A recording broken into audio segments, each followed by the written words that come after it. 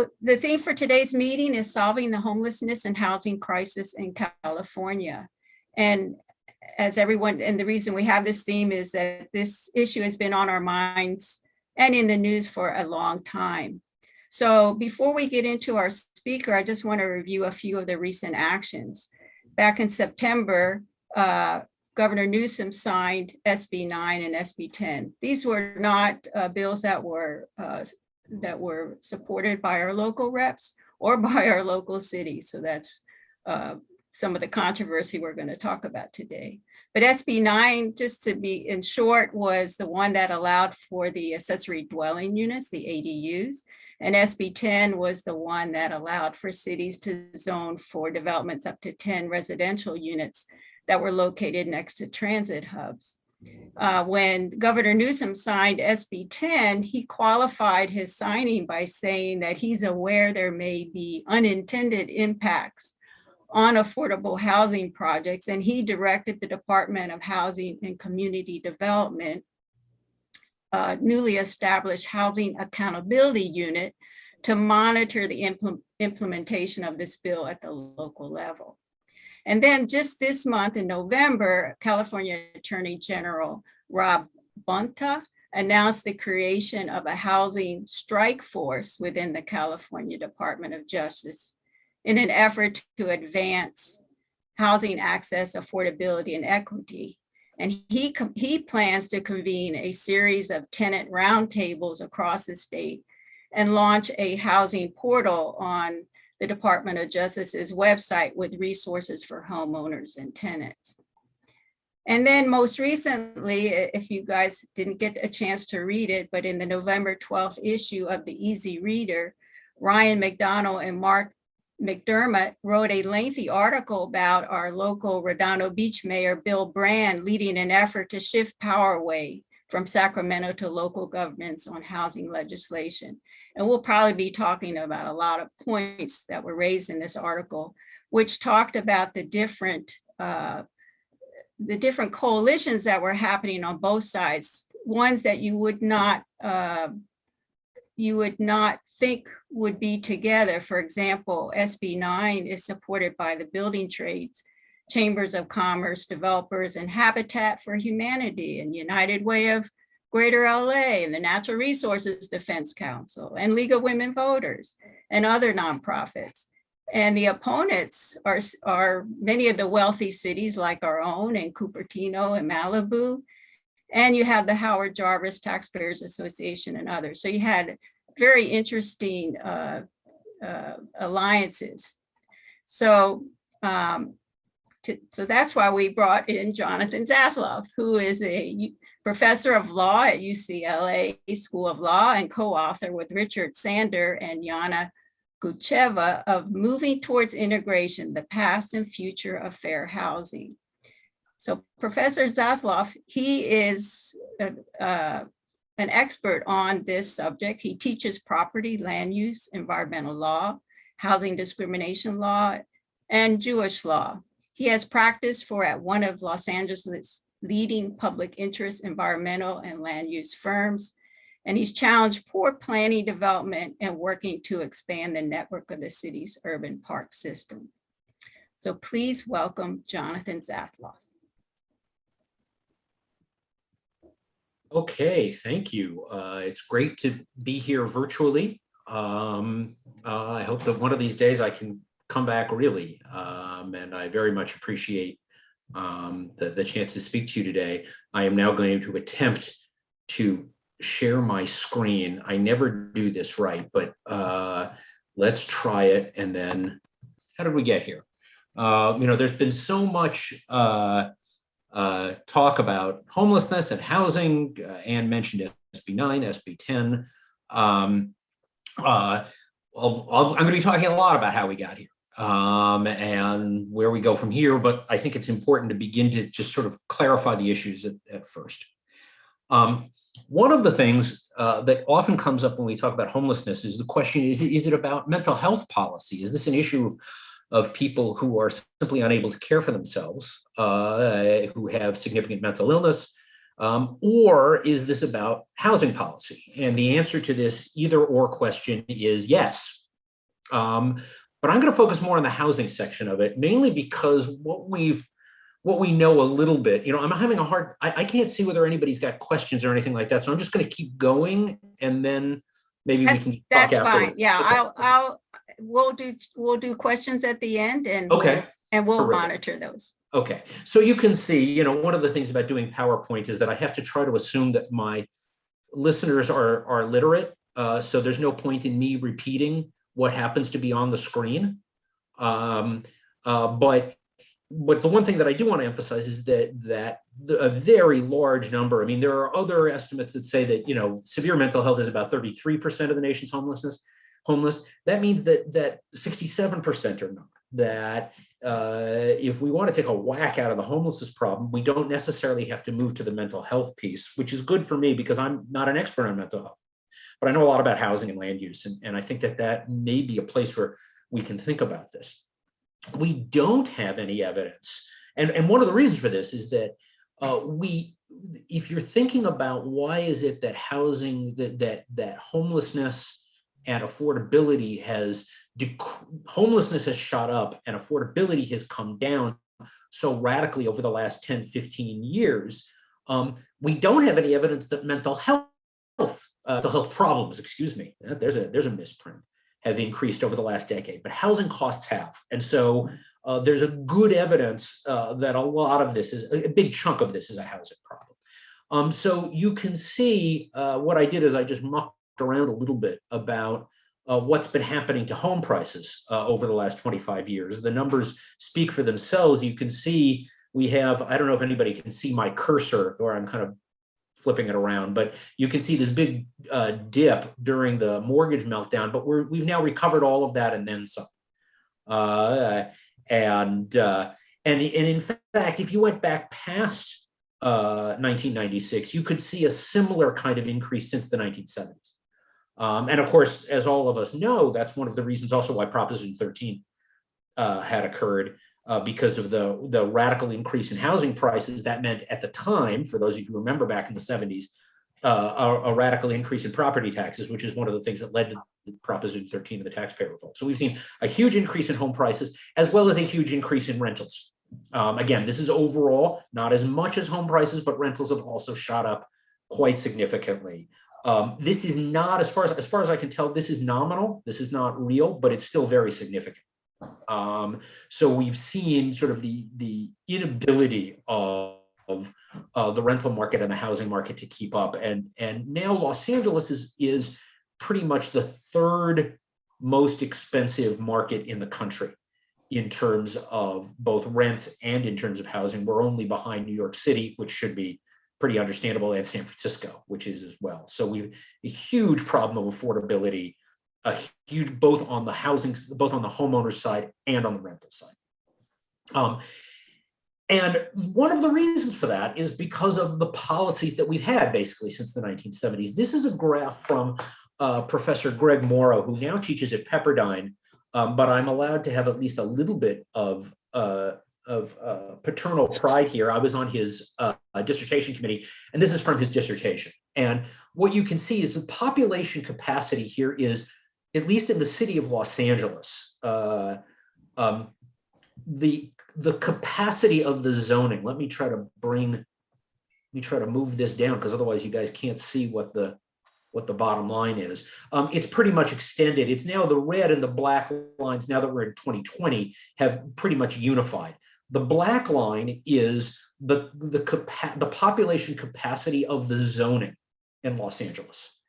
And then the red line is the actual population. And when you get the actual population running up against the zoned capacity, that's when you get affordable problems, because demand has then outpaced supply, or has come so close to supply that allows either realtors, speculators, or landlords to start charging more, because the demand is so high and there are no vacancies, which means that, what's the old line about supply and demand?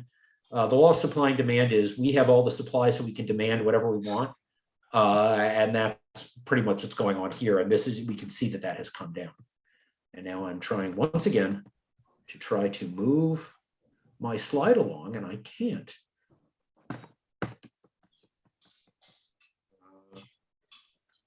Not exactly sure. It appears as if, can anybody hear me? Yeah, we See? hear you, but so it should just be your up down arrow, no? It should be. Oh, and it it's is not working? Oh, And it seems my screen appears to have frozen. Okay, here we go. Here we go. okay. Okay, here we go. Okay, so why has this happened? Well, here's a good example of what's going on in Los Angeles. Well, what I think of as yellow, am I right on that? I'm somewhat colorblind, so sometimes light green looks like yellow to me. But if I'm looking around in all of here, so this looks like yellow to me, all of that is single family zoning. A lot of the green in here is open space. That's Griffith Park, that's Temescal, Santa Monica Mountains area. Virtually all of the city of Los Angeles here is single family zoning. Much less in South LA and East LA, and we'll see what this is. But because this is all single family zoned, that's one of the reasons why this map, we have this map hitting the black line there, because the zone capacity has not gone up because we're in because we have so much of this that is single family zoned. And this has had large impacts. You can see the percentage here of overcrowding. There's some up here in the valley. This is Arleta and Pacoima.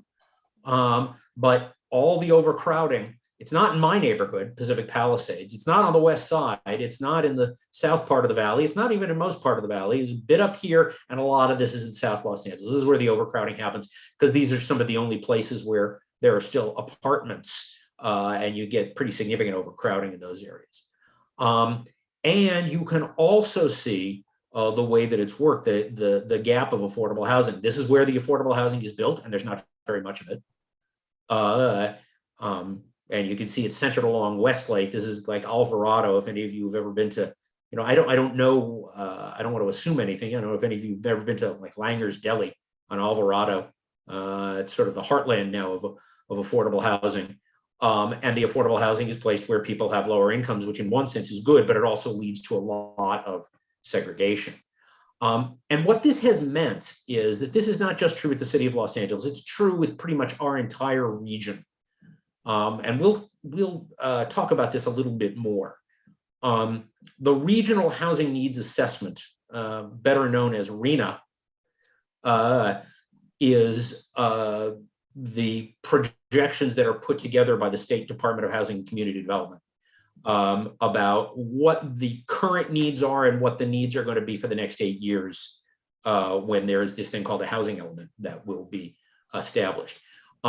And they've really been cracking down now. So over the last 8 years, they said we needed 421,000 units. Over the next 8 years, we're going to need more than 1.3 million units in order to keep up and to take the housing that we had the last time. Los Angeles has also, and Los Angeles did not hit our 82,000 number, mainly because we didn't hit our affordable number. And now that's also good. So we're going to need to find, in the city of Los Angeles, we're going to need to find nearly 500,000 units and 184,000 low income units. So here's as they always say, good news and bad news.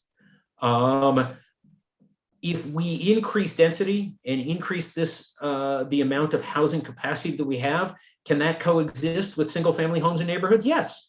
The bad news is it's really hard. It's really hard. It's really hard politically. It's less hard technically, but it's very, very hard politically. So a little bit on why our housing market is broken. The Turner Center, for those of you who are interested in this, I would continue to log on to the Turner Center at Berkeley. I'm a UCLA guy, so I'm supposed to be jealous of Berkeley, but they do some wonderful work. And they've done a lot of excellent work as to essentially why the housing market, why it's so difficult to build housing in both Southern California and Northern California. And they can find a whole lot of things. And these are some of the key problems. They talk about it in terms of HHH. Some of you may know that was a proposition in the city of Los Angeles concerning housing for the homeless, but it's true with everything. It takes a long time to build. And this is particularly true given the constant ability to bring a CEQA lawsuit, even if that's the environmental review lawsuit. Even if you lose, it's going to add at least 18 months to the project, and by then your financing might fall through. This was true on a project that I was working on a couple of years ago, where I was pleased to be able to represent the Los Angeles League of Women Voters concerning an affordable housing development in Boyle Heights on the east side. We were clearly correct, and we won at the trial. We got all of the money, we got everything together, it was a perfect site, but then we got sued for it under CEQA. We won, and then they appealed, and we won, but that took between 18 and 24 months from the first lawsuit, from the permits being granted to when we won the appeal and the Supreme Court turned down review. By then, all the money had run out and our financing had run out. That makes it very difficult. Parking requirements are very, very difficult. They add a large amount of money per unit, and they make it very, very difficult to build more affordable housing. There's the funding schemes in order to get the right kinds of subsidies are very, very complicated, and that means you need to pay people like me, lawyers, and that increases costs because lawyers are expensive. Again, if the smaller you go, the less economies of scale you have, and we can see other things on this that make housing generally very, very difficult to build in California. Let me just skip past here. And so what we're talking about now is we have to think about what we're going to do over the next several years. A housing element is, and I don't know whether people in Palos Verdes have been focused on this, is something that every local government has to do, supposedly to show how it is going to plan for adequate housing over the next 8 years. Here's the cover of the last housing element the city of Los Angeles did. There's a new one which is about to be approved, although there's still a lot of argument about it. And that housing element, because it's part of the general plan, is supposedly sort of the constitution for local development in any city. And so what cities do concerning their housing elements is quite important. Again, I want to show you the housing element is the thing that brings in these numbers from the regional housing needs assessment. And you can see the real significant challenge that the city of Los Angeles has. I know very little, I will confess to you on this one, about Palos Verdes. I have been to Rancho Palos Verdes exactly once in my life, which is when I had the great privilege of speaking to the Palos Verdes Democratic Club. At least I think it was Rancho Palos Verdes, but I decided I would find out some things. Fortunately enough, Rancho Palos Verdes does not have nearly the obligations that the city of Los Angeles does, but it has a significant amount, mainly because, and I looked and I thought, and I hope that I'm correct on this, that Rancho Palos Verdes is the largest jurisdiction out of Rancho Palos Verdes Estates, Rolling Hills, and Rolling Hills Estates. So I decided I would choose that one. Here are the obligations in the Rancho Palos Verdes housing element, which it has just approved, although I believe HCD, the State Housing Community Development Department, has to approve this. All four jurisdictions in Palos Verdes failed to produce the number of units that they were calling for in their previous housing elements. And so now, over the next 8 years, it's going to have to adequately plan for this many units over the next 8 years. Again, now I'm, once again, it's frozen up on me again. Oh, wait. It's not 456,643 units, it's just 639 units. So less of a challenge for Rancho Palos Verdes, but given that it's a much smaller city, perhaps just as much. And you can see that even when cities are able to build units, they're not building the low income, the very low income, the moderate income, certainly not the moderate income units. When they're able to build them, they're able to build market rate units. That actually has good things about low and very low income units, which I will talk about in a minute. If I can finally figure out how to keep this is really Oh, okay. Okay. So when you hear about affordable units, what do you think? I think most people's reactions come from the Edvard Munch, the Scream. This is usually the reaction that people have. I hate to destroy this for you, but if you actually look at this painting, if you take a look at the man who's screaming on the bridge, if you take a look at his hands as a couple of floppy ears, it kind of looks a little bit like a beagle. So, you know, if you don't want to be as scared by the scream, you can actually think about it as your family dog. And, you know, that's a start. So when you hear about affordable, what do you think? Quite often when people hear affordability, they think about huge housing projects. I don't know if any of you, you know, from the East Coast, the Robert Taylor homes in Chicago, Pruitt-Igoe in St. Louis, Nickerson Gardens here in Los Angeles, a lot of that big housing projects. The strong good news on that, nobody builds that kind of stuff anymore. Nobody has built that in roughly 60 years. So if you're worried about, or you're thinking about affordable housing means the projects, that's just wrong. Nobody does that anymore. And nobody's done it for decades and decades and decades, since before I was born. Instead, when you're thinking about affordable housing, I should at least show you what they look like. This is a project in Panorama City called Montecito Terrace. And they look more like this. This one was done by the Soderbergh Associates, which has won a lot of awards for being able to build affordable housing. These are all low-income units. So you can take a look at that. This is in Santa Clara. They did this one too, which is a good example of what affordable housing looks like nowadays. This is Redwood Village in Marina del Rey. This was done by Tom Saffron, and these are all Section 8 low-income units. Low-income or very low-income units. That's what you're kind of looking for. A lot of the amenities that can be provided actually don't add a tremendous amount of cost. The costs come in other ways, usually having to do with getting entitlements, and sometimes the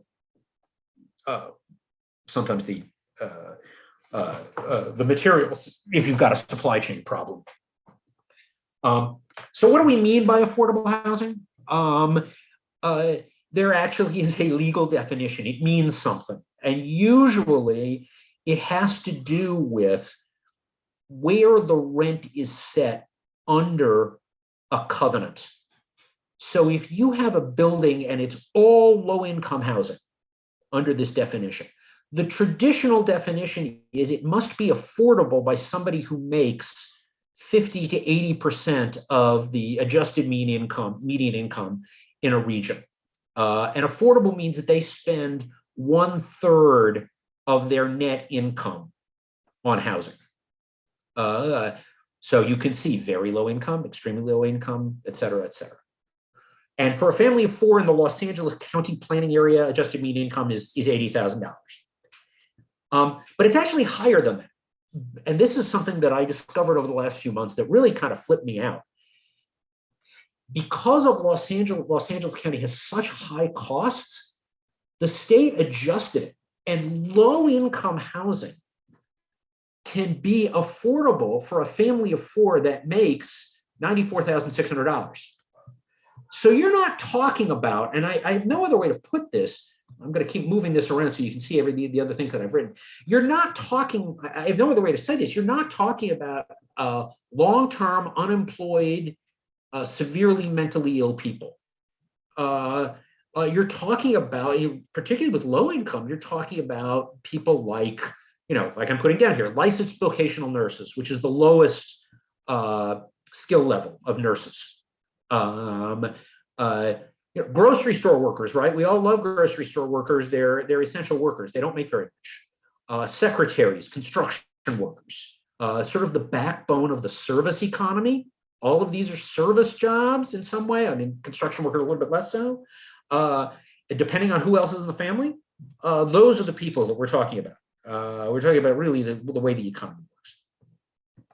Oh God, now, come on, please let me move this. Hey, Jonathan. Yeah. What's happening is when you try to move that little menu around, that makes that changes the active window. So you just have to click back on the slide to make PowerPoint the active window. Got it. Okay. So here, this is from, you There will not be an exam on this afterwards, but this is from HCD, and these are the median income levels. Now, look, if you've got a low income family of 4, and you go over, I don't know if you guys can see my cursor, but that's 94,600 that they've kicked it up. It's actually, low income is actually higher than the median because the cost of living, particularly the cost of housing, is so high here. And that's really what, I see a whole lot of questions in the chat. I will respond to them as much as I can, as I want to get through all this stuff, and then we can see where this goes. So you can see, even in a median income, something that's affordable for these would be, these are workforce. This is workforce housing. Low income housing is workforce housing. Okay. And you can see, at least in Los Angeles, it's very, very difficult to build these. It's expensive and it's difficult, mainly because of zoning and a lot of the other problems they have. The land costs are going to be expensive in and of itself. Land is expensive here. Parking requirements, though, are going to be very high. At least in Rancho Palos Verdes, each unit of housing has to have 2 covered parking spaces. That makes things extremely expensive. The degree of parking required makes it extremely expensive. All kinds of fees, all kinds of rules. I mean, delays and fundings. If you've got to get a zone change, that's enormously expensive, and it's very, very long to do. Soft costs are things like my people, attorneys, architects, engineers, for all that, and it makes it very, very, very expensive. But people fight housing, and people fight housing a lot. And so really, I think for all of us here, and particularly for people in this club, the question is, what are you for? This is kind of the vision of doing things in a little bit more of a dense way, where you could restrict, because you could go more dense. What this would allow you to do is it would pencil out a little bit easier if you could go more dense. It would be stuff like this.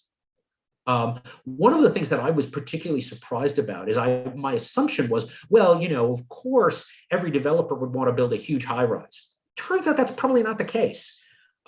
Perfectly for any developer, many of them would rather build up to about 4 or 5 stories, because after you get past 5 stories, then you have to start using steel frame construction, and that gets very expensive. Whereas something like this, low rise, what is now called gentle density, or the missing middle, is probably the stuff where sort of more housing can come in. Here's another, this is also much more dense. This is a lot of units per acre, and it's illegal in Rancho Palos Verdes. You can't have more than 22 dwelling units per acre, and this is from the Rancho Palos Verdes housing element. I am anything but an expert on Palos Verdes, so I'll be interested to hear what people have to say about what the climate is, the political climate there is. But it's very, very difficult. If you can't go more than 22 units per acre, that's going to make it very, very difficult to try to have things pencil out for a lower income unit. And there's a notion that the housing element includes a program to amend the general plan. They're going to be able to do that. And then once you amend the general plan, you got to amend the zoning ordinance. And if the city doesn't amend the zoning ordinance, that means the developer has to make a motion to amend the zoning ordinance, and it needs to go through all of that. And what that means is that they're going to have to pay for that, and they're going to have the delays for that, and that's going to make the cost higher. Generally speaking, now I've been talking about affordable housing and density. They are related, very much so, but they're not the same thing. But we should think about what density has to do with affordability here. And I'll be done pretty soon. I hope I'm not boring everybody here, but with this. So the question then is, how does most affordable housing get built? This is an apartment building in Huntington Park, which nobody would regard as a high rent district. This is market rate housing, but it's also low income housing. Well, how can it be market rate and also be low income housing? And that's through the process known as filtration. This is my lame attempt at a joke, and the easiest way I could find a picture of a filter online. The theory is, and it often happens, this is from the state legislative analyst's report. Suppose you have a whole bunch of expensive housing, and then somebody builds some more expensive housing. Well, what happens is all the people who are in the most expensive housing now move to the new expensive housing, which means that the old expensive housing becomes there for the second most affluent people. So the second most affluent people move to the place that was the old expensive housing. So then the third most affluent people move to what used to be the second most expensive housing. In other words, housing filters down. What is originally market rate housing, then as housing ages, becomes less expensive. And this is again from the Legislative Analyst Office report. They did a survey of housing in Los Angeles, San Francisco, and this is for rent. This is rentals. So originally in 1985, this was way up at the top. This was probably the most expensive. This is not a percent of median. This is sort of the most expensive housing, rental housing you get. In 1985, it was way up at the top. 25 years later, it was down kind of at the middle, and it'll continue to filter down.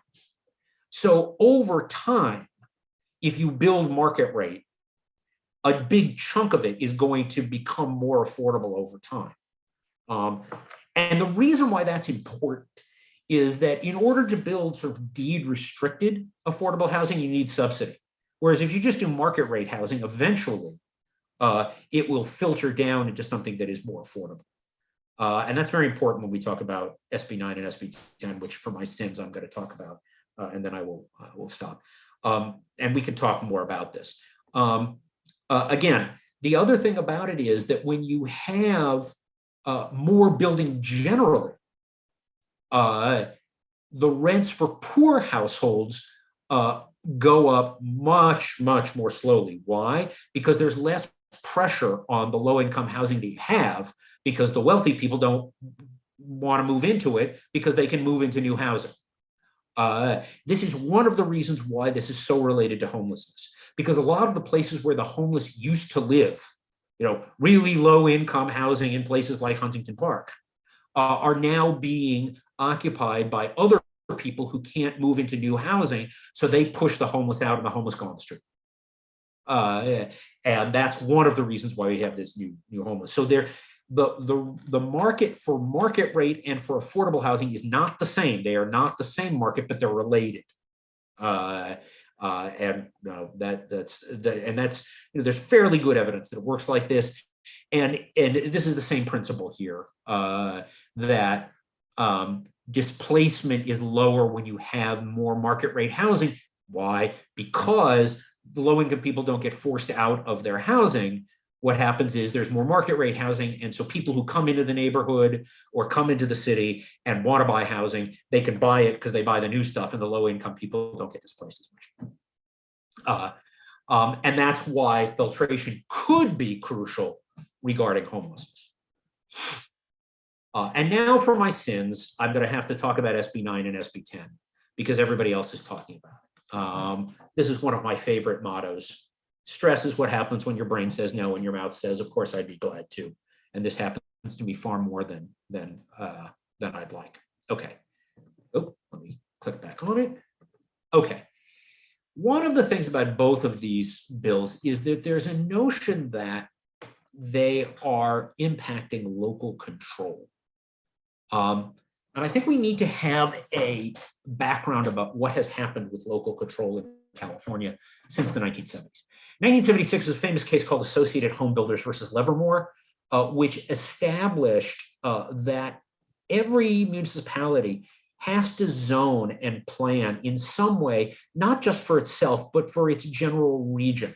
And you can see, it's typical, not a surprise who the plaintiff was here. It was the home builders.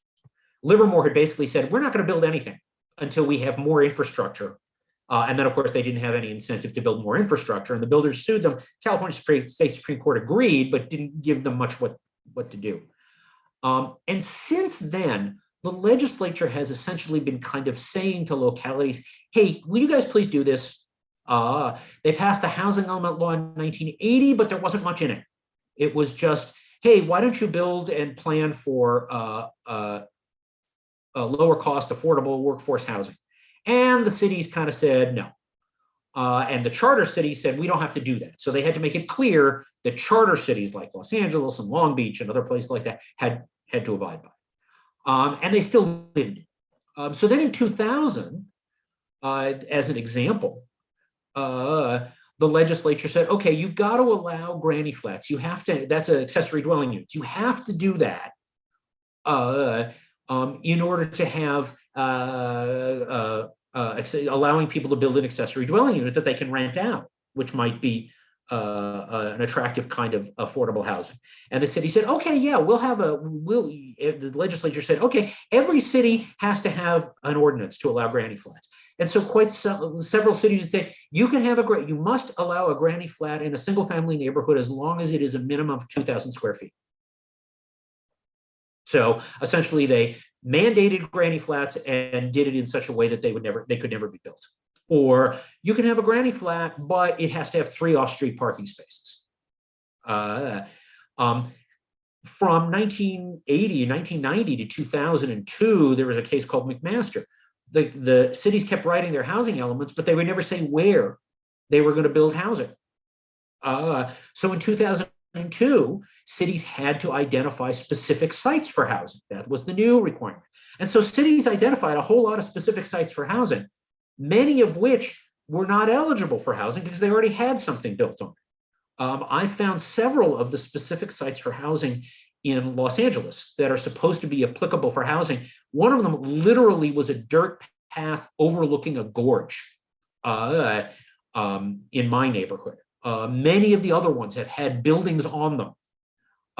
Those are not places that can be places for housing. Finally, in 2016, this is, I have a bit of a disagreement with Ann on this one. It was 2016 that the legislature finally said, no, you got to have granny flats.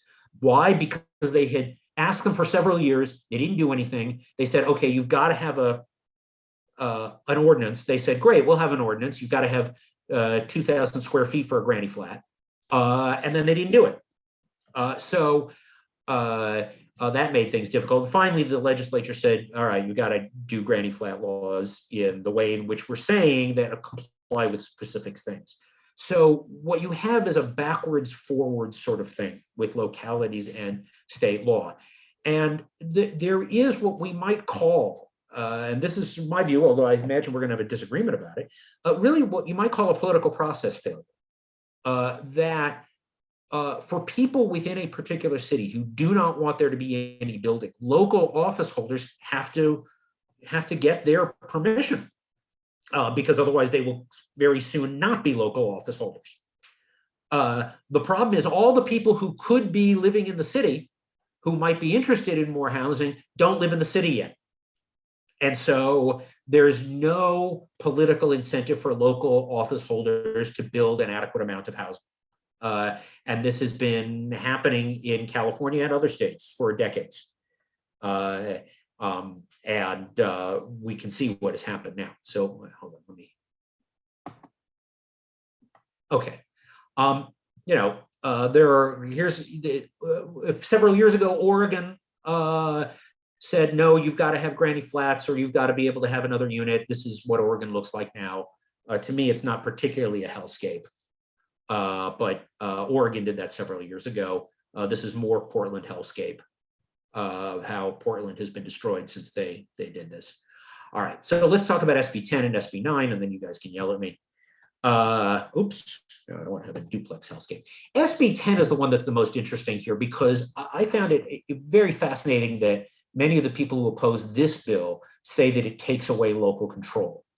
It doesn't. If anything, it enhances local control because the point of Sb10 is it says to a city, if you want to rezone a single family lot up to 10 units next to a transit stop or a transit hub, which is defined in some ways, you can do it without an environmental impact report. That's enormous because what that means is it's going to be a lot easier to upzone if cities want to do it, but it doesn't require it.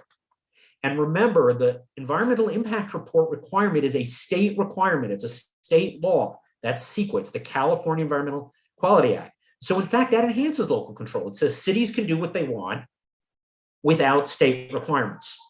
Now, there was a big So that's been a little bit hard. There was also a big argument that SB10 would circumvent local control because we get rid of local initiatives that downzone. That is sort of true.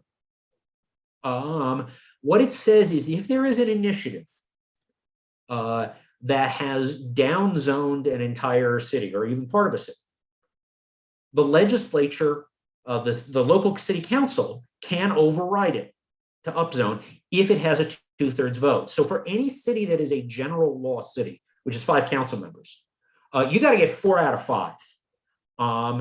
And I don't know about any of you. I'm not a local council member. I don't think too many council members would love to be the ones voting to overturn that. I mean, we'll be interesting to see how that works, but I'm a little skeptical that's going to happen a lot. And again, it's the political process problem. Much easier for people who already live in a city to downzone because the people who could benefit from the housing don't live in the city yet, and so they can't vote. All right, SB9 is duplex hellscape. Here's an example of a duplex. You can see whether you think of this as a hellscape. I don't. This is on Crescent Heights Boulevard in Los Angeles. You want to see that? I went and checked. Okay.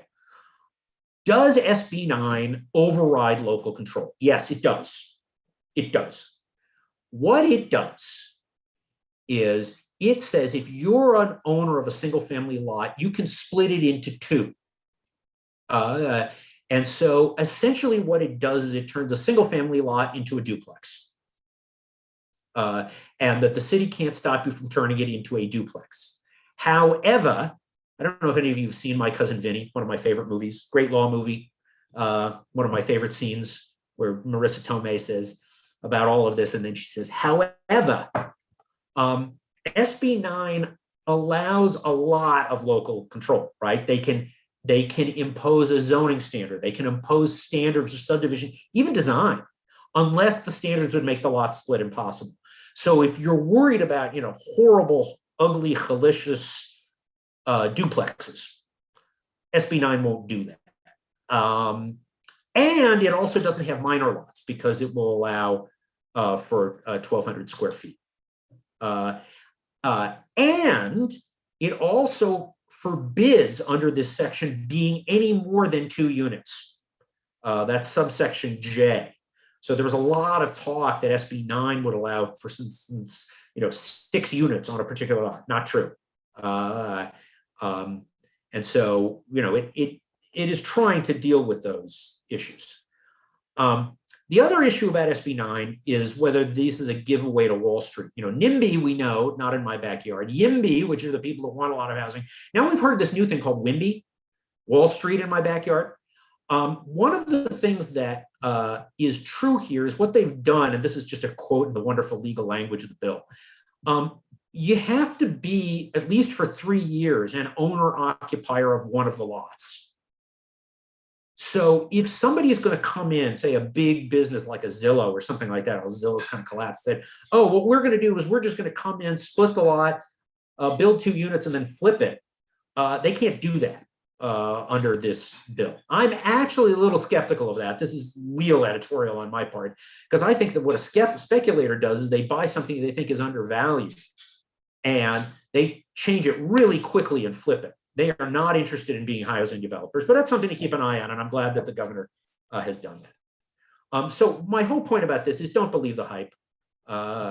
Here's Tucker Carlson, who's just memed himself. If you hear something on the web that is either too good or too bad to be true, it probably isn't. And so, I hesitate to say this, do your own research. So now what?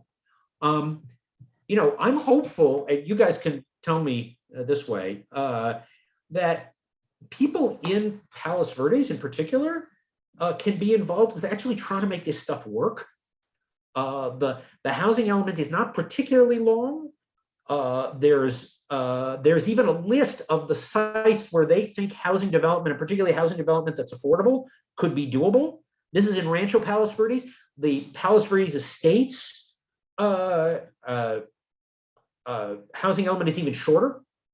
and they also have a list of sites. Do they work? Do they not work? Where are the places that you think it would be good? What would be an appropriate developer? When I told people I was going to go talk to the Palos Verdes Democratic Club on this, they said, "Oh, those people in Palos Verdes, they'll never want any housing there, and they'll certainly not want affordable housing." And I kept trying to say, no, they're the good guys. So if you can make it there, you can make it anywhere. Old Blue Eyes said it would be New York, but it's up to you, Palos Verdes. So I'll stop there and have people yell at me now. Thank you very much, Jonathan. I don't think there's anybody here going to yell at you, but there are a few questions. Okay. I did, since you mentioned it, we'll get some of the ones on chat, and we have some hands up. Okay. But there was something recently on NPR, KCRW on the HHH proposition. And one of the, and they're saying that it hasn't made much progress. It's a 10-year, it's been 5 years, and it's supposed to last 10 years, and it was supposed to give us 10,000 new apartments, and it only gave us 1,000, and they say they're on schedule. But one of the things that they also mentioned is that, just like you said, that housing is expensive to build, and so they're, and maybe they're not taking advantage of like the Project Key type of housing where you convert motels.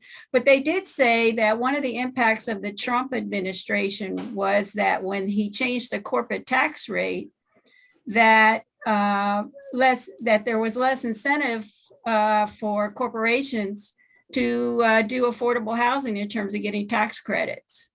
So, that's interesting. I hadn't even. Oh, okay. That is interesting. I didn't know that. Maybe they reduced the amount that was available for the low-income housing tax credit, which is really the guts of sort of how affordable housing is built.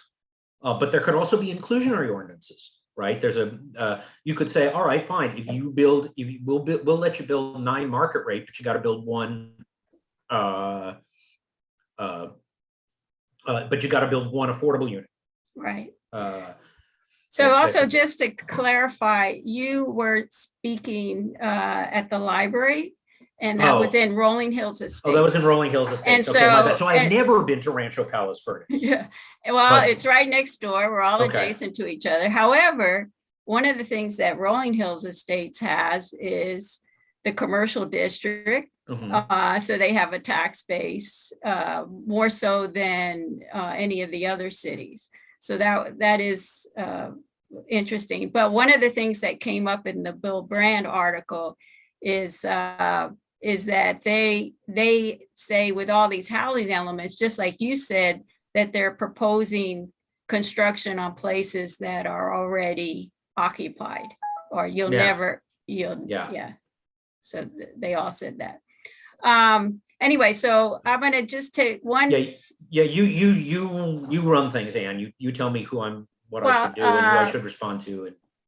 So we actually didn't have that too many while you were talking. They were commenting on other things, but we do have Jackie Bacharach, who is part of the South Bay Council of Cities Government, City Council. Council of Governments. So she might want to ask her question about people moving from their existing homes. Jackie, you're on. Why don't you just ask your question? Okay, well, you mentioned that the more homes that are built, the more people then moved and leave those other homes available for other people, displacement. And that's a nice theory, but is it happening? Are that many homes selling that people are actually moving from where they are to another home? Well, it depends on when you're talking about the ownership market or the rental market, right? The evidence that I have, among other things, is the survey that they did in the Legislative Analyst Office report that talked about how houses are filtering down. It's not as if it's interesting you mentioned it, displacement. I wouldn't call that displacement. It's the filtration theory. Here's the first thing that I would say. First, take a look at the LAO report. The second thing I'd say is, where do the vast majority of low-income people live in this region? They don't live in deed-restricted, officially affordable housing developments. If you're thinking about where people live, they're living in buildings and units that at some point, and perhaps even now, are market rate. So, for example, the entire city of Huntington Park, it doesn't have deed-restricted affordable housing developments. They just have apartment buildings. At some point or another, those were market rate places that people built according to the market. So it's in one sense, it must be true that at some point or other, a unit filters down. But is that happening? Well, but if we think about the hundreds of thousands, if not millions of low-income people who are in Los Angeles, if they're not living in deed-restricted affordable housing units, by definition, it is happening. It's the only way that it could happen. If you go to any apartment building in Huntington Park, at some point or another, those were brand new apartment buildings that middle-class people would live in. And now they don't anymore, because they've moved to the West Side, or they've moved to... But the people today that need that housing, you're saying that if we keep building more and more housing, other people will move into the market rate housing, and then these other people will move up. Is that something we're actually seeing, or is that a theory? I think it's both. I mean, again, I can just say what I said again. It must be happening because the vast majority of people who are low-income people are living in houses and living in apartments that used to be higher level market rate apartments, right? It's not like somebody came to Pico Union or Huntington Park or Wilmington or Gateway or something like that and said, let's build a whole lot of units for low-income people. They didn't. They built a lot of units for market rate people who used to live there and now live in the Valley or wherever, Panorama City. So it's not like if 95% of low-income people or people who are working class people are living in things that used to be brand new market rate housing, that means by definition, they have to have filtered down. How long does that take? It takes a long time. Okay, it takes a long time. No, I mean, it's important to say okay. that. But that's an important point. In other words, if the idea is that we're going to be, building now is not going to be a quick fix. And I think that that's an important thing to say. I was listening to somebody, a few months ago, and they were talking about Foothill Boulevard in La Crescenta, about how it used to be this terrible thing, and now it's a beautiful avenue. And a guy looked at me and said, yeah, it's the typical overnight success that took 25 years to do.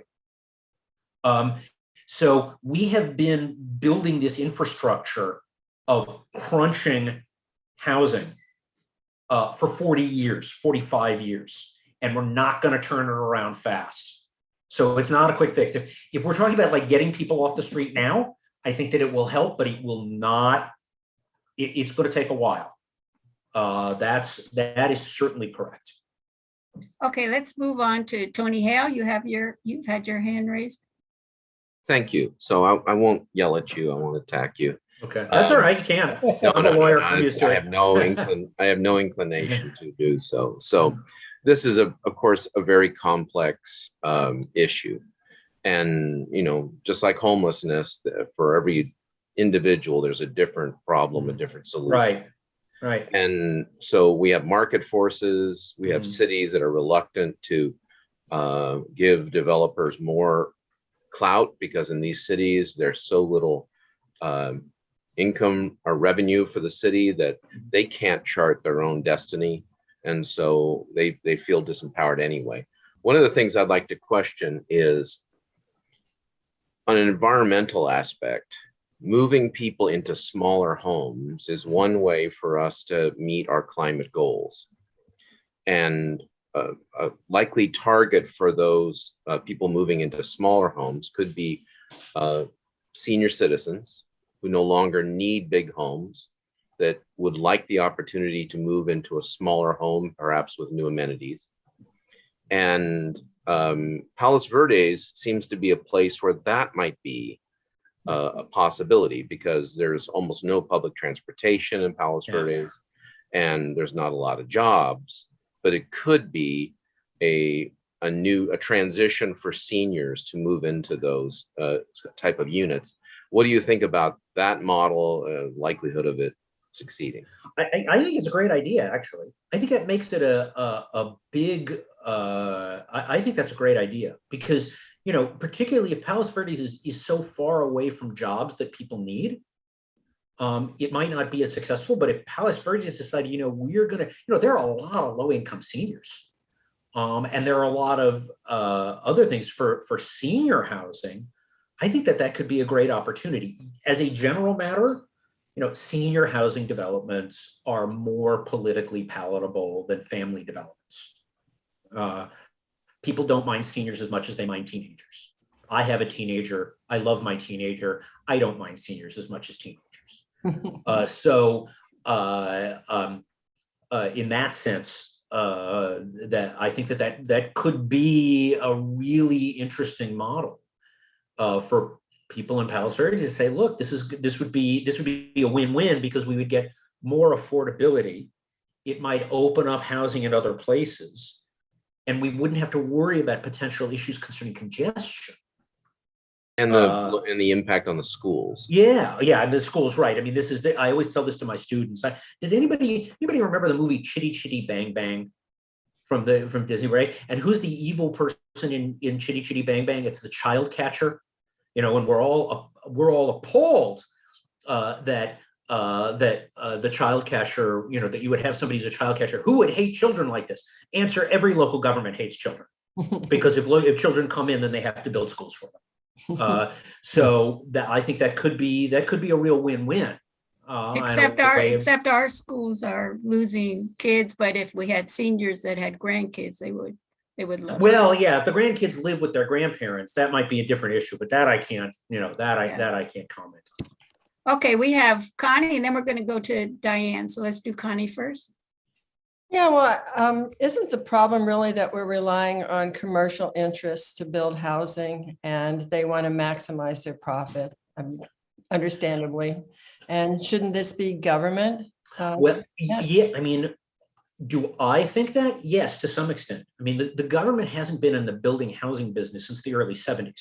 What we do is we rely on usually nonprofit developers to build the affordable stuff, but the general housing market is done by private developers. In the same way that just about everything in this country is done by the private market. In that sense, housing is no different from a supermarket. If we decided we would like to, you know, I got into a big fight with a guy who's the former mayor of Beverly Hills, a guy named John Mirisch, who's been really, you know, all on this. He said, well, this is because of, you know, he said neoliberal. That's the new way in which you attack somebody. You call them neoliberal. He said, there's no affordable housing. And I just wrote back to him. I said, look, John, you're from Beverly Hills. If Beverly Hills would like to tax itself to build all kinds of affordable housing for people in Beverly Hills, go ahead. You know, in the words of Clint Eastwood, go ahead, make my day.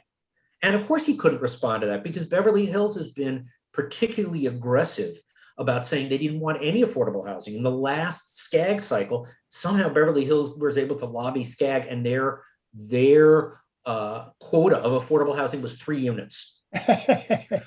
And so, you know, yes, it could be.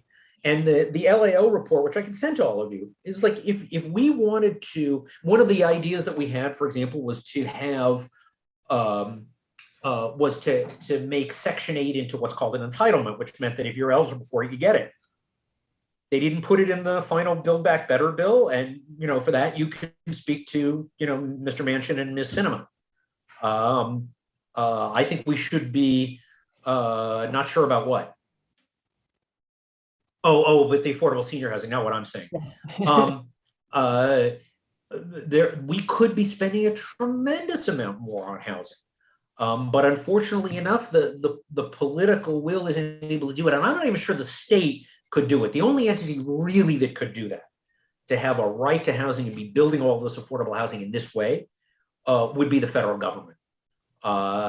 And so far, they have not, it's everything we could do just to, hold on to democracy. But I mean, you're right. I mean, we could do it that way. Absolutely. Okay. Okay, I'm going to move on to Diane. She had something in chat and has her hand up. She says she was on the housing element for Manhattan Beach. I'll unmute.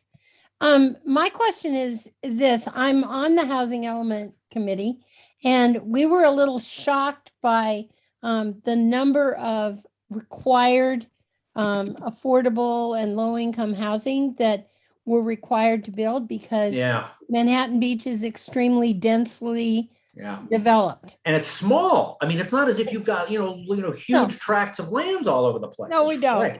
Right. Okay, so what do you suggest for cities like that? Well, what do I suggest for cities like that? I'd have to take a look at the map.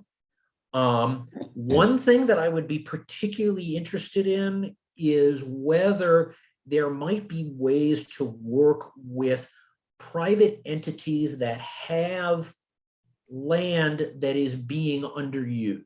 So, I'm spitballing here, right? I mean, I can't, for example, supermarket. I know there's at least one supermarket in Manhattan Beach when I'm driving by on the what used to be that rail line down there. There's a supermarket, so they've got a parking lot. So either you might be able to put some units over the parking lot, or now in a perfect world, you could put the parking underground. That may be too costly because of the seismic issues, and that I just don't know. But thinking about other ways in which you might be able to use parking lots, or for example, things like, it's been one of my goals. Like, it seems like every couple of miles in this town, in this region, there's a 7-Eleven. If we put 2 units on top of every 7-Eleven, we would get a lot of units built. It's usually only 1 story. So if you thought to yourself, okay, is there a way to get our 1 stories up until 2 stories? Is that doable? And I also think parking lots are important, because there's an issue about, one of the things we've done is we've built a hell of a lot of parking in this town that might not be needed, and particularly might not be needed if it was priced right. Well, we've identified empty buildings along Sepulveda Boulevard. That's great. That's fabulous. But that's fabulous. I mean, we're so limited on available land. Yeah, I mean, I think it is a problem. It's a problem in Palisades too. But it's really it's really about, I don't need to tell you, you've probably dealt with this more than I have. They're really walking around the town and saying, hey, if we put a parking space there, maybe we could take the parking lot over there. If we could find 20 more parking spaces around in various parts here, we could take the 20-person parking lot that we have here and build it here. It's a clear problem for particularly places like Manhattan Beach, Redondo, Hermosa Beach, which is about as big as my house as far as I can tell. Yeah. And on other places. So I think it's looking at places where it's already built but might be underused. Are there 1-story structures, 1-story commercial structures that conceivably could turn into a 2-story structure? 2 stories isn't going to turn it isn't going to turn Manhattan Beach into it's going to keep it Manhattan Beach and not New York Manhattan. Well, Redondo Beach has a good example where they have on PCH where they did parking underneath and they built their townhouses above it. Oh, okay. Yeah, so and they put stores also. So I'm trying to go a little bit in the order of the chat. We have Charles, who did make a comment about nice looking affordable housing. So he has a question as well. Yeah. Thank you. Thank you for this presentation. It was really wonderful. And yeah, I'm a psychiatrist. So when I lived in New York, I remember going to visit some of these places. I had a patient who was homeless in one of the New York City shelters for a year, and he finally got placed into an affordable housing unit. And it was, I remember thinking, can I live there? It was really nice. Yeah. It was really nice. So anyways, and I've seen the opposite, the public housing where it's, they're falling apart, the elevators don't work, it's disgusting. And Yeah, so I've seen the opposite. My question has to do with race, really, because LA County is, less than 10%, I think 9 to 10% is Black, but they represent 40% of homeless. Yeah. And I'm just wondering to what degree, like, is it that, if there was no housing discrimination, we'd still have the same number of housing, but it would just be more, or homelessness, but we just have a, equitably distributed homelessness among races, or is there something there? And then also, what does that mean for policy in terms of ensuring, enforcing non-discrimination in housing? Well, oh boy. Okay. Wow. I could talk to you. We could talk for hours about this. I think one thing, my first thought on this first is, a couple of things. One is that African Americans have a tendency both to have less income and less wealth than whites generally. So that means any issue that is going to, if there is going to be a crunch in affordable housing, it's going to affect African Americans more than it's going to affect everybody else. Right? White America sneezes, Black America catches a cold. So that's first. So, when you have big disparities in income and wealth, there are going to be more homeless people. That's first. It could be an issue of who gets evicted.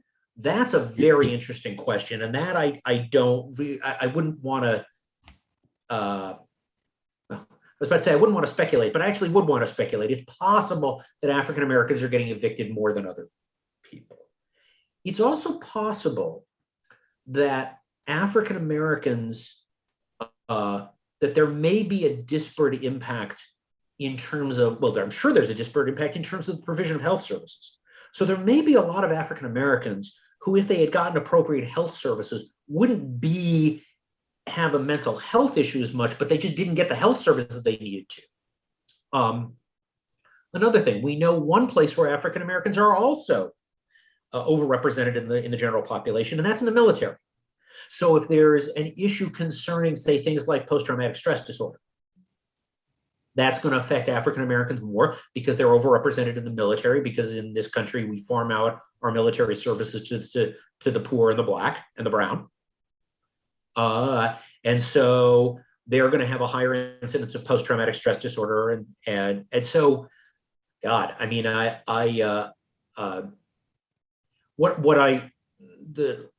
it's certainly true that the absence of affordability is going to disparately impact African Americans a lot more than whites. And that's not an ideological thing. That's just math. Speaking on the affordability, so we've had several questions, and one of the disagreements with Sb9 and Sb10 was that it wasn't guaranteeing affordability. So maybe, and I know you talked a little bit about that in your talk, that just increased housing will push for affordability, but they did take that out of the bills. Sb10, I mean, if it were up to me, if I were king, I think you could say there should be for every 5 units that are upzoned, one of them should be affordable in some way. That would have been, I would have supported that. It's harder with Sb9 because if you're just splitting a single family lot into another single family lot, it's going to be hard to say that this should be a home that is affordable by somebody who is low income, because when housing prices are so high, it might be very hard for a low income person to actually afford a house. So the only way, it's kind of a chicken and egg problem. But it's also true that, again, that would have to be the filtration issue.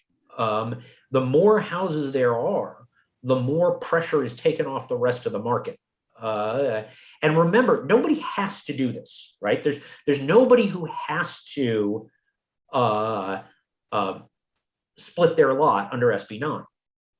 So the theory would be, well, why would somebody split their lot under Sb9? Well, what they do is they could say, well, then they could sell the other lot. And so there would be an incentive for somebody to do it. So at this point, the idea is what we want to do is we want to give people an incentive to split their lots and see what the effect will be in terms of the overall housing production that's produced and whether that in some way can cool off the general housing market. I suppose you could say there should be an affordability covenant on anything that's split. It's been interesting to see how that worked. Interesting as to whether the bill, as far as I can tell, the bill doesn't forbid a local government from doing that. So it would be interesting to see, and I'm just thinking out loud here. If a city said, okay, the way that we're enforcing SB9 is we're going to allow lot splits, we have to, but our rule is it has to be affordable. The new house has to be affordable for somebody who makes moderate income, 80 to 120% of median, and see what that would do. Okay, yeah. No, sorry. Yeah, you're right. So, I mean, that was in the Bill Brand article as well. He's saying his city did regulate for some low income housing. I mean, the city did that when they had higher density. So he says we're doing the right thing. Anyway, so here in Palos Verdes, we have the issues of fires, or that we can be impacted by a fire. Same here. Pacific Palisades, you have the same problem. Yeah. We also have the problem. We have the coast, and do you want more density on the coast? So Judy Payne had a question about that. So how do you consider that? As I understand it, SB9 and SB10 does not apply in high fire zones. I'll have to retake a look at the bill. No, I think I think you were right. And I think what was happening is people thought, oh, but we're going to be impacted. And that's actually also came out in this article is Redondo Beach, Hermosa, Manhattan, they are more impacted than we are because we're in a high fire zone. And we have the coast. So in the fire zone, in terms of the coastal zone, it's interesting.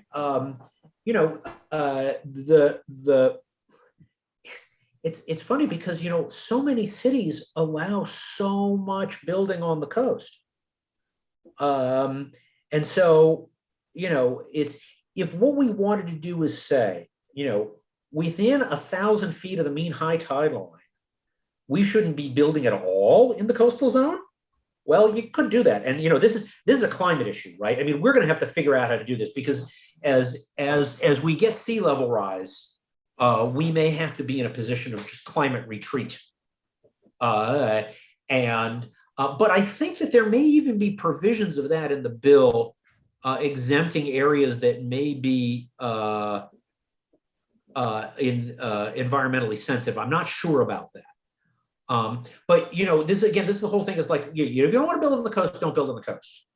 But it seems a little odd that, so for example, my adopted grandma, or rather my wife's adopted grandma, who lives in Hermosa Beach. She lives on the Strand. Beautiful, beautiful house. Beautiful house on the Strand. Love going to the Strand. The Strand is so delightful. I mean, who could say no? But we can't be in the position of saying, with a lot of cities saying, oh, well, we'll let people build on the Strand. And then when somebody says, oh, but why don't you upzone into 10 units instead of 1 unit, for people to say, oh, but we can't build on the coast. Wait a minute, you're already building there. You can't have it both ways. Right. You can't have it both ways. Oh, this is Judy. The question I think was, or the concern was really for coastal space that is currently not zoned for housing. It's designated open space that it's going to be forced that housing will be built there, or that it's going to be changed so that you're going to require housing to go there. Well, I don't think that I don't think neither SB9 nor SB10 addresses that. That's what I thought. Right. I mean, that wouldn't be the case. That being said, let me give an example of all of this. One of the things that is on the coast, at least up here, and I don't know if it's true in the South Bay. One of the biggest uses of land along the coast are parking lots. And I'm not per se, again, this is thinking out loud, so I will disavow it as soon as I say it, but I'll say it anyway. It's not obvious to me that precious land along the coast should be devoted to that much asphalt and that many cars. And there may need to be a better way to figure out a way to get people to the coast than providing so many parking lots. You know, what was it? That's the old song by Joni Mitchell, right? You take Paradise and you put up a parking lot, and now people are complaining, not you, other people are complaining about like, oh, well, we can't get rid of the parking lots. The parking lots are paradise. Well, that can't be right.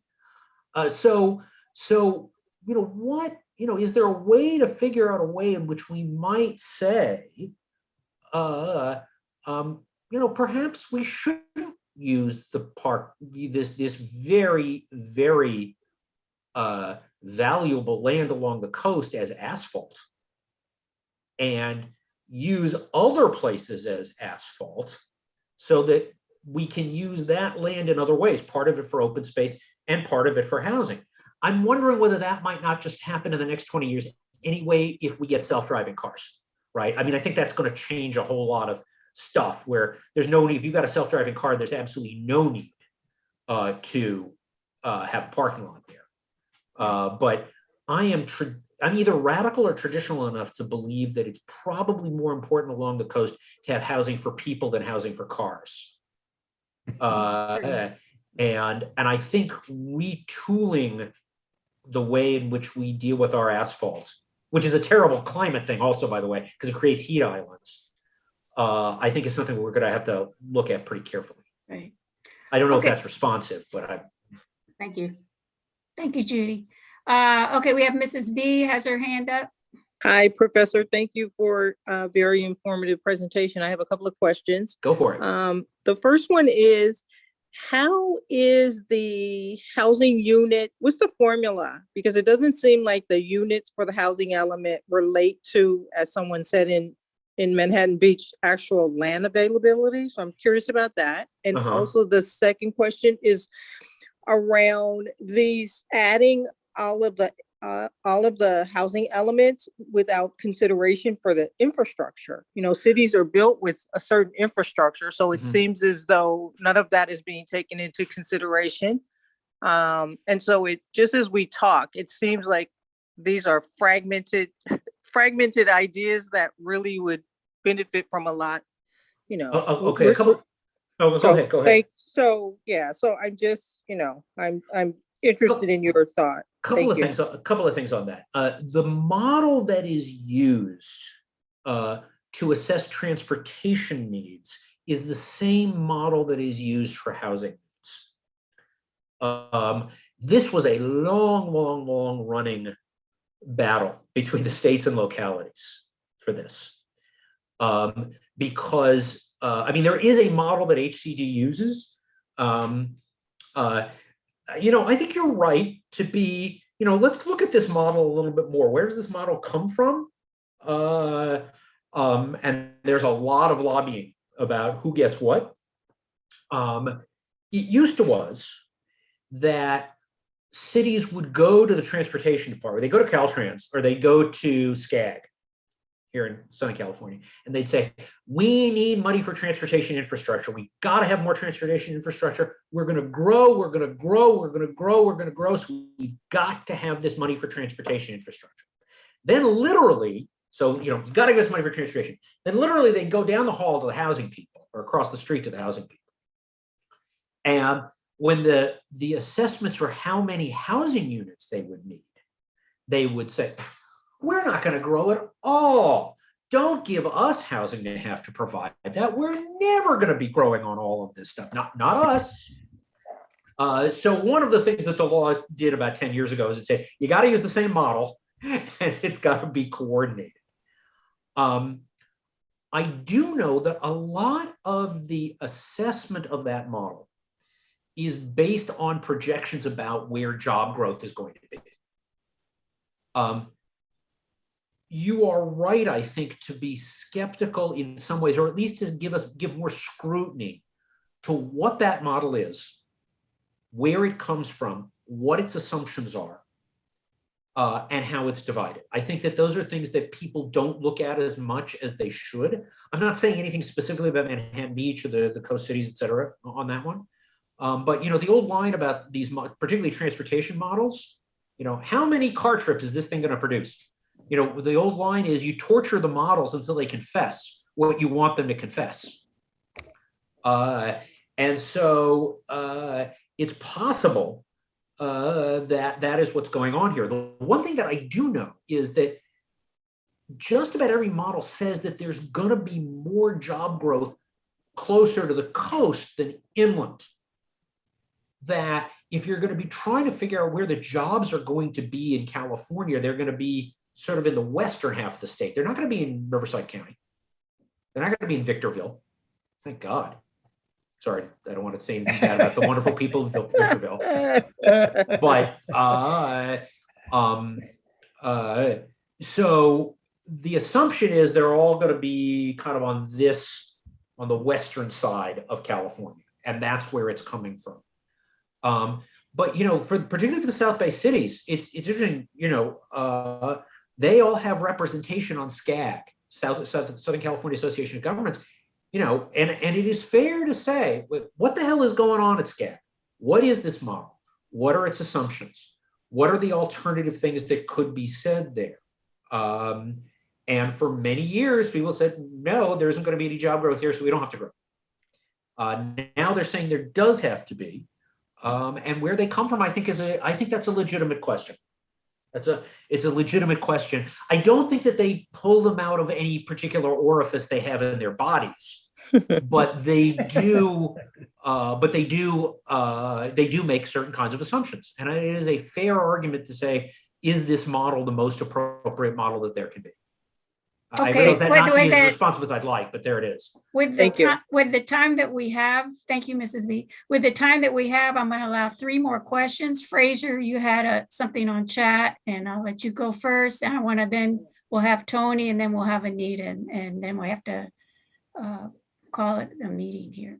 Thanks, Ann. My question is this: I spent quality time at LA County USC Med Center for 4 years.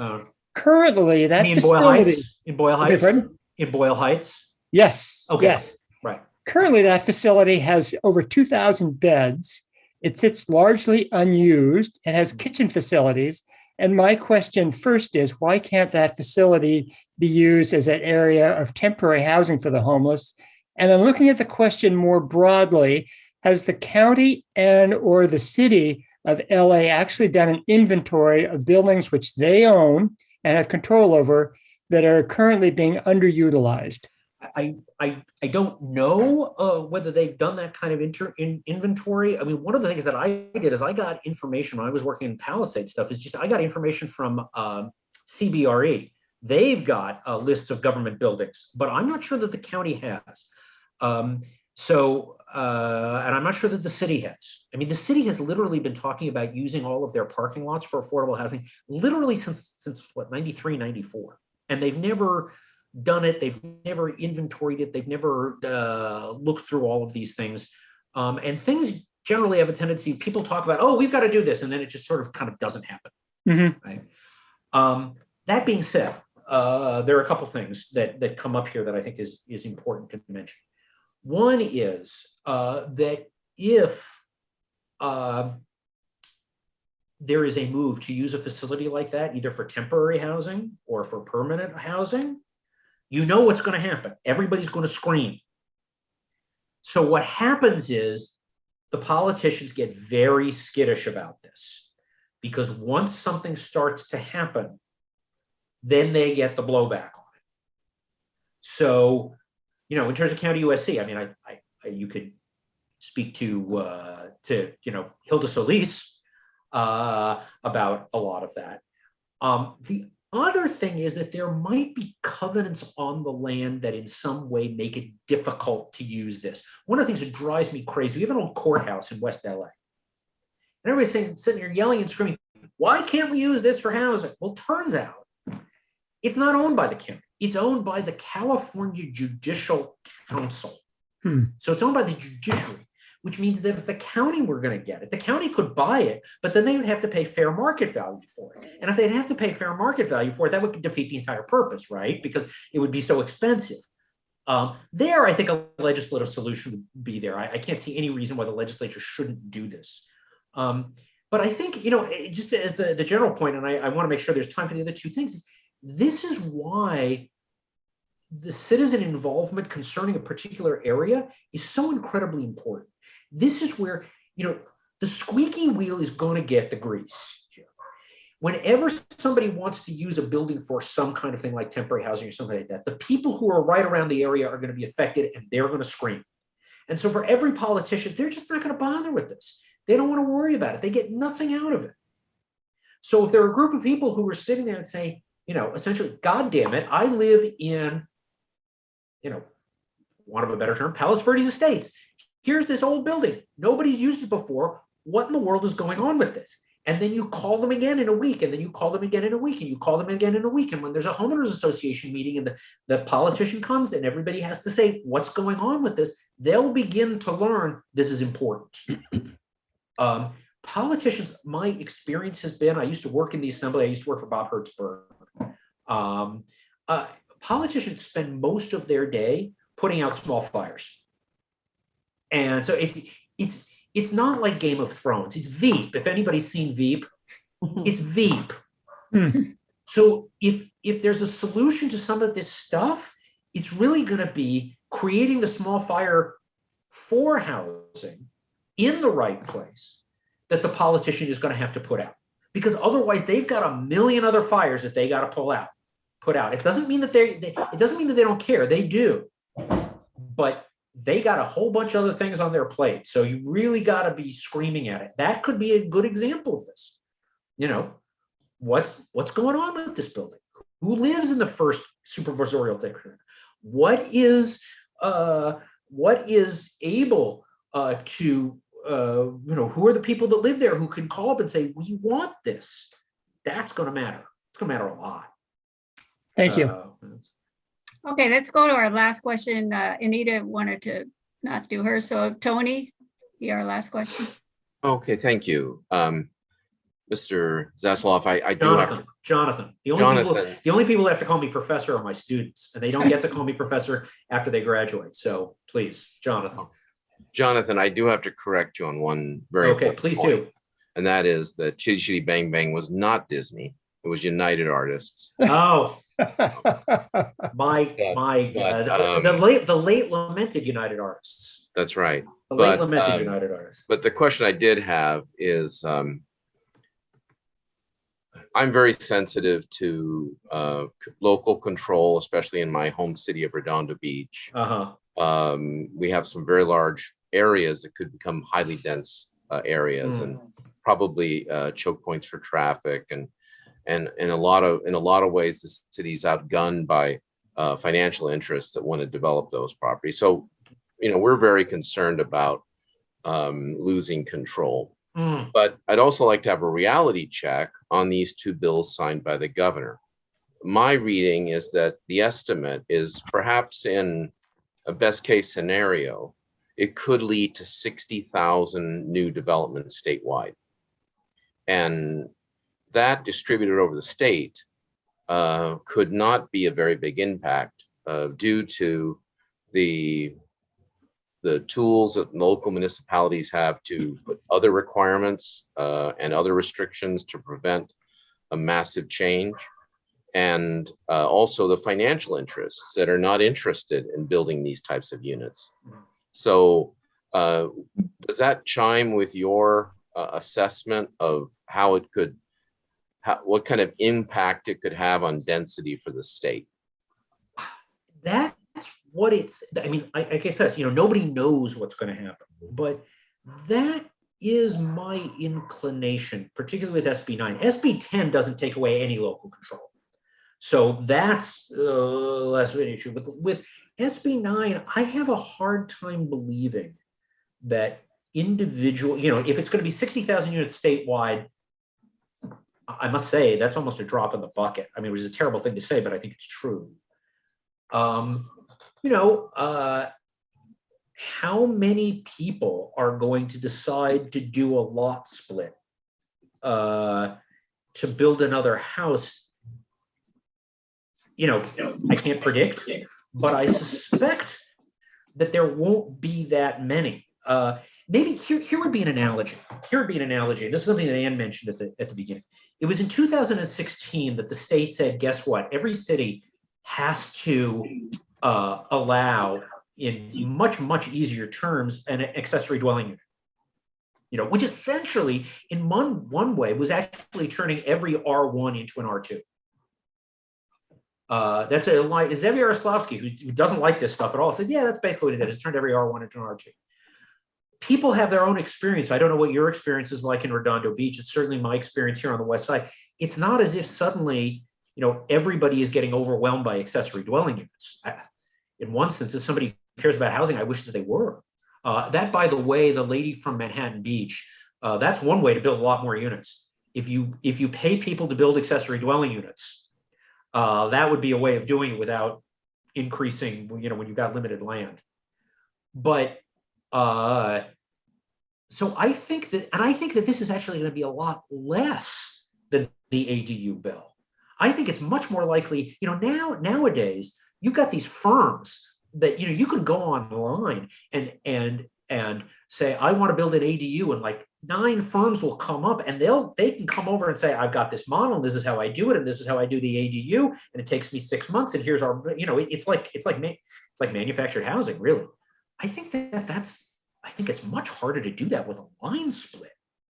And if that's the case, I have a hard time believing that this is going to be as big of a deal.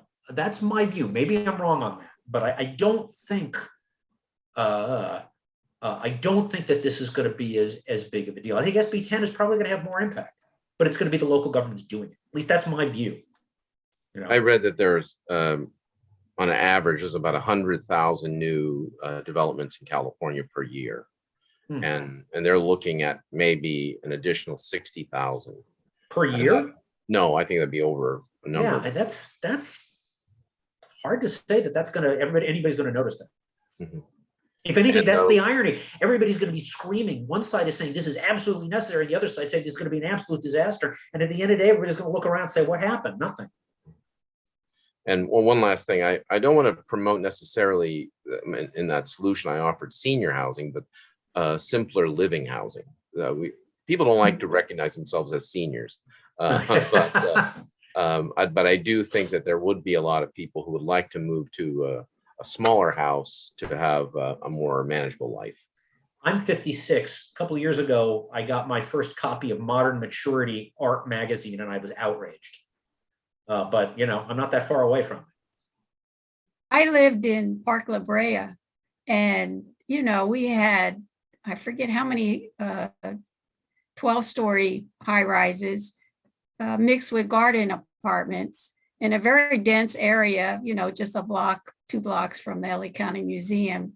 And a lot of seniors were there and students, you know, it's just a really mishmash of people. And it was all affordable at the time. So anyway, I'm just, that kind of housing where you can walk to your grocery store, you walk to the cultural, that's the type of housing that I'm hoping will come.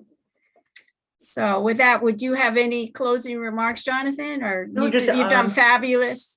Oh, I appreciate everybody, the questions they ask. I particularly appreciate the pushback because I've never done this before on this particular topic. So I want to hear what people are saying. If people want to know more or, you know, anything else they want to ask or yell at me or whatever, there's my email.